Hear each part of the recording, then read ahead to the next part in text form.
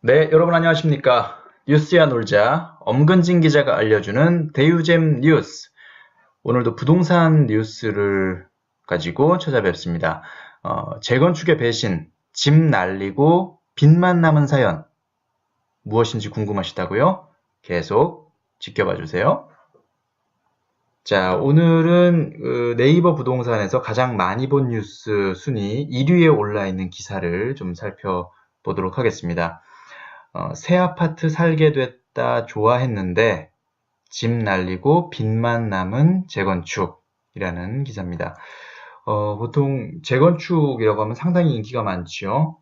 헌집을 부셔서 새 집을 짓기 때문에 요즘 워낙 신축 아파트에 대한 수요가 많고 또 이 건축 기술이 많이 발전했기 때문에 새 아파트는 누구나 살고 싶어 하는 곳이고 또 그러면서 자산 가치도 상당히 높아지기 때문에 재건축 인기가 상당히 많죠. 그래서 재건축하고 나서 새 아파트 살게 됐다가 상당히 좋아했는데 집을 날리고 빚만 남았다고 합니다. 어떤 사연인지 살펴보겠습니다. 서울 관악구 남현동 단독주택에 살던 한모 씨는 15년 전 인근 낡은 연립주택 단지인 경성연립을 중심으로 주변 상가와 주택을 묶어 재건축하자는 말에 솔깃해서 재건축 조합 설립에 동의했다고 합니다. 40여 가구가 모여서 경성연립주택 재건축 조합을 설립했고 2003년 6월에 조합 설립 인가를 받았습니다. 자, 한계동 48가구 규모의 아파트가 2010년에 완공이 됐고요. 한 씨는 꿈에 그리던 새 아파트에 입주를 했습니다. 그런데 몇 년 뒤인 2016년에 아파트 전체가 경매에 붙여진다는 통지서를 받았습니다. 재건축 과정에서 공사비가 증액됐고 추가 분담금을 내라고 해서 대출까지 받아서 냈는데 시공사 측에서 조합이 돈을 빌려갔는데 안 갚았다 그러면서 경매를 신청했다고 합니다. 결국에 작년에 낙찰이 됐고 집을 비워달라는 인도 명령서가 날아왔고요. 결국은 집도 날리고 한 4억여 원의 빚을 떠안게 됐다고 합니다. 경성연립 재건축조합원 상당수가 한 씨와 비슷한 상황이라고 합니다. 이번 달까지는 집을 비워줘야 하기 때문에 당장 갈 곳 없는 조합원들은 수도권 외곽이나 지방 쪽으로 거처를 알아보고 있다고 하고요. 조합원들은 이 조합 임원과 시공사에 사기 혐의가 있다면서 소송을 제기했지만 경찰이 수사에 좀 소극적이다라면서 분통을 터뜨리고 있다고 합니다. 자, 문제의 발단은 조합의 엉성한 자금 관리와 감시 부재였다고 합니다. 경성연립 재건축조합은 시공사로 엘빈 종합건설을 선정한 후 2009년 1월 75억 원의 공사 계약을 맺었습니다. 조합원으로부터 이제 신청한 아파트 규모에 따른 분담금을 받아서 2011년 6월에 이 시공사인 엘빈 종합건설에 71억 원을 지급했고요. 하지만 75억 원이라던 이 공사 금액은 계속 이 공사가 진행되는 과정에서 계속 늘어났다고 합니다.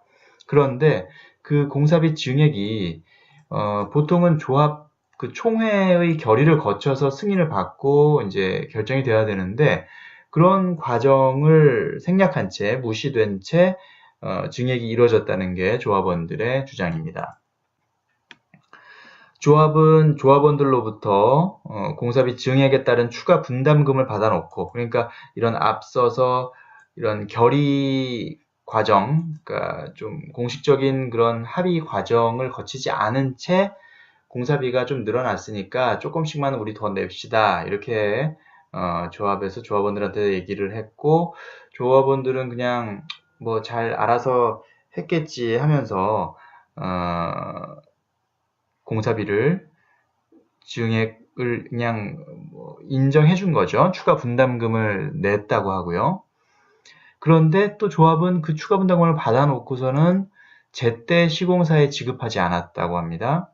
그리고 그러면 이제 시공사한테 시공사가 공사비를 달라고 했으니까 못 준 거에 대해서 약간 외상을 했나 봐요. 그러면서 연 21%에 달하는 지연이자를 지급하겠다는 각서를 써주기까지 했습니다. 상당히 아주 거의 높은 이자율을 쳐준 거죠. 연 21%요.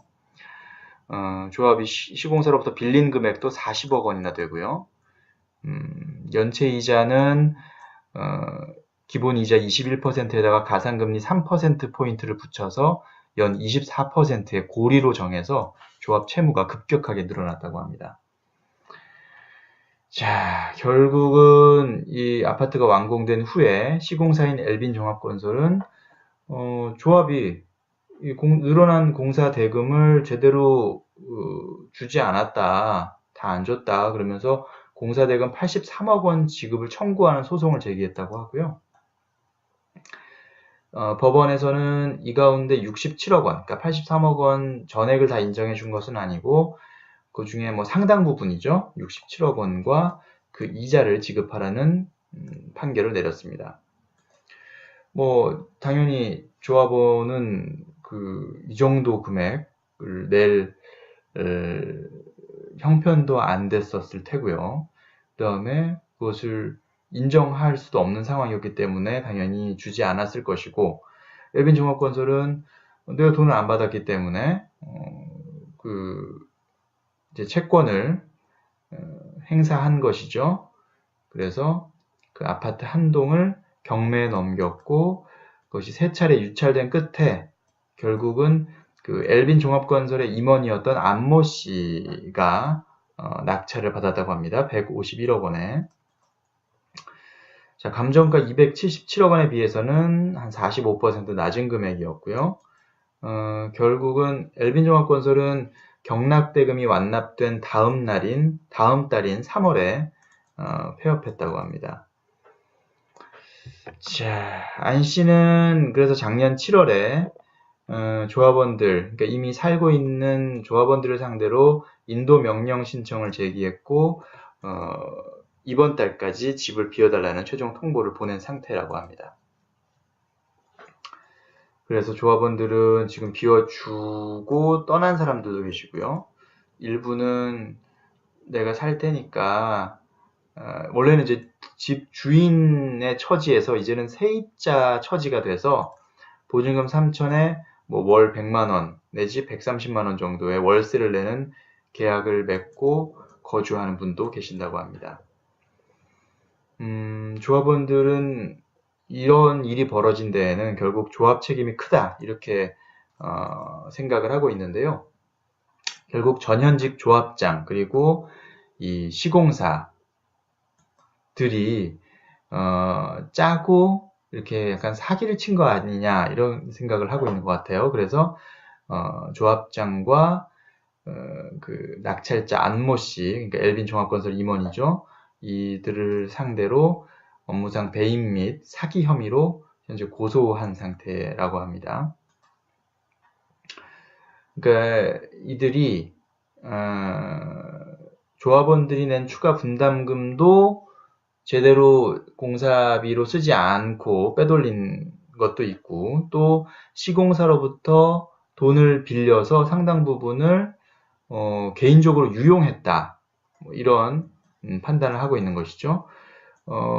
그럴 수밖에 없는 게 회계법인이 실시한 감사도 자료 부실로 중단된 바 있다고 합니다. 그러니까 제대로 뭘 기록을 남겨놓은 것도 없는 것 같고, 당연히 그렇게 되면 조합원 입장에서는 그런 의심을 할 수밖에 없는 그런 상황인 것 같습니다.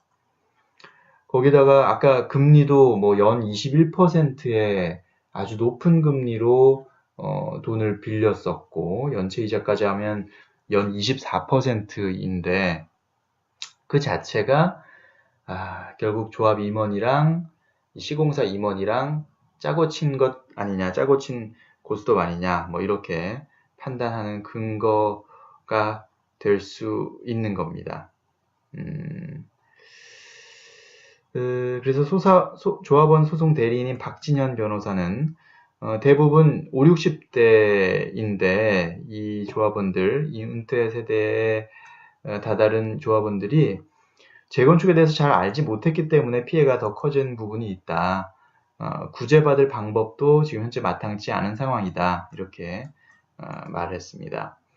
관악구청에서도 역시 이 같은 상황을 조금 의심스럽게 보고 있고요. 그래서 법적으로 맞지 않는 부분이 있어서 건축물 관리대장 생성 신청을 현재 받아들이지 않고 있는 상황이다라고 하고요. 신청자가 행정소송을 제기해서 현재 소송을 진행 중이다. 1심에서 원고가 승소했고 이에 항소해 2심 결과를 기다리고 있다고 말했습니다. 조합원들은 결국 이 조합장들 등을 상대로 제기한 소송에 마지막 희망을 걸고 있지만 수사가 지지부진하다고 하는데요.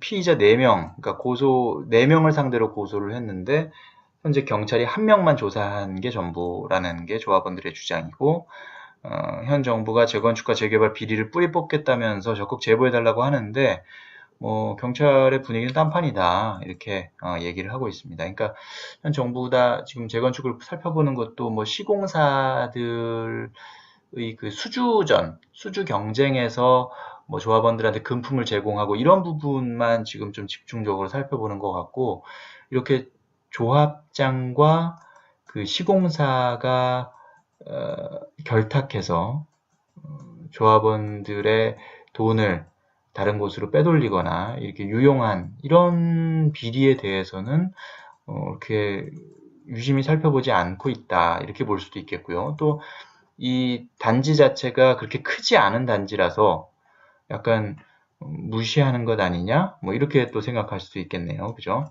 언론이 주목하고 있는 큰 단지, 대단지 이런 곳은 조금의 조합원들의 피해나 혹은 어떤 비리 이런 거가 조금이라도 나타나면 아주 엄벌에 처하겠다 이렇게 말했지만 이렇게 약간 외곽 지역이나 혹은 작은 규모 단지에서 일어나는 일에 대해서는 너무 소홀히 하고 있는 것이 아니냐 이런 생각이 듭니다. 댓글도 상당히 많이 달렸어요. 이 기사에 대해서 전체 댓글이 1767개 댓글이 현재 달려있는 상황인데요. 그 중에 이제 삭제된 것도 250건 정도 되고요. 현재는 한 1500여 개의 댓글이 남아있는 상황입니다. 보면 선수들이 쏙 빼먹는 수법이라는 그런 지적도 있고요. 이런 일들이 너무 비일비재한데 공유가 안 된다. 공유가 안 되니까 또 어딘가에서는 또 피해자가 생길 수밖에 없고 이런 일들이 많이 알려져야 재건축이라고 하는 것이 무조건 다 조합원들이 이익이고 조합원들이 무조건 유리한 그런 싸움, 그런 사업이 아니라 조합원들도 조심하고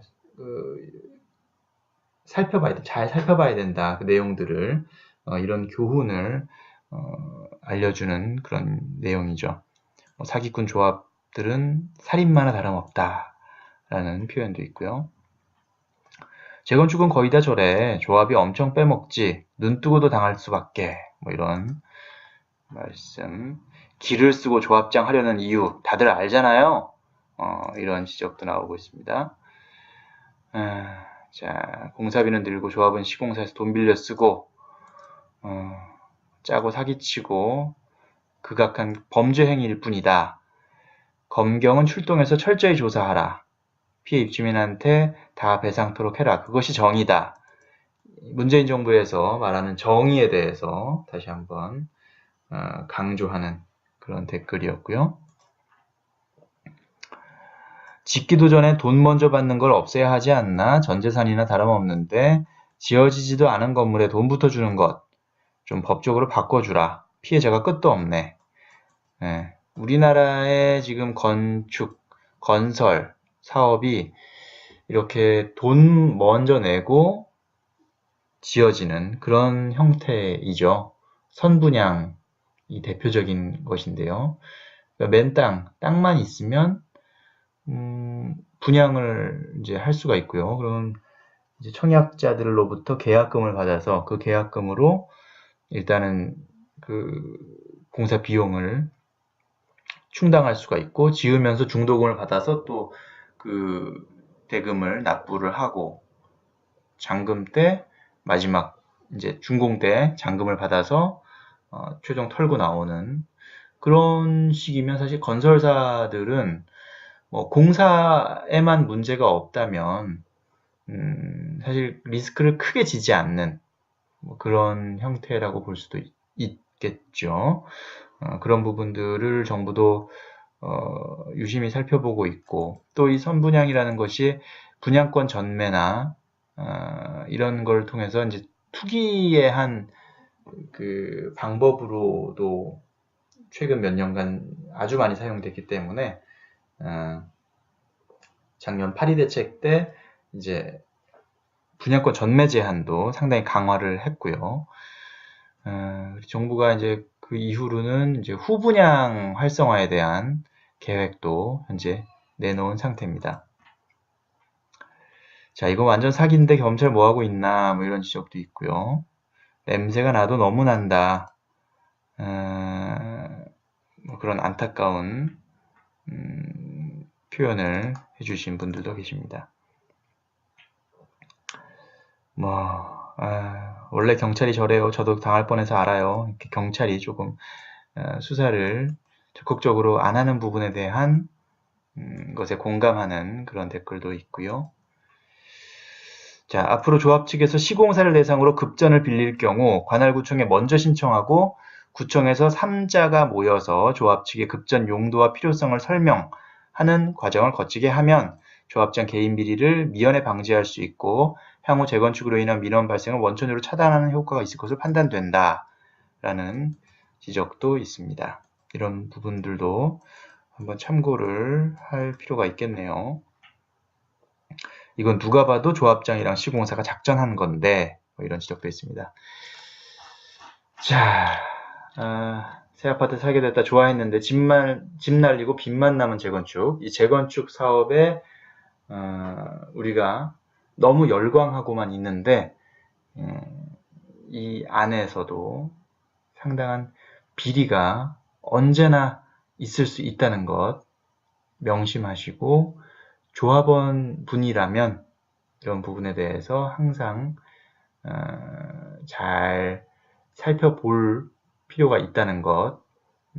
조합원이기 때문에 충분히 그럴 자격이 있으십니다. 그리고 조합장이 되시는 분들, 조합장 역할을 하시는 분들은 정말 순수한 마음으로 하셔야지 다른 뭔가 다른 마음을 가지고 접근하시면 결국은 또 그 대가를 치를 수 있다는 점 명심하셔야 될 겁니다.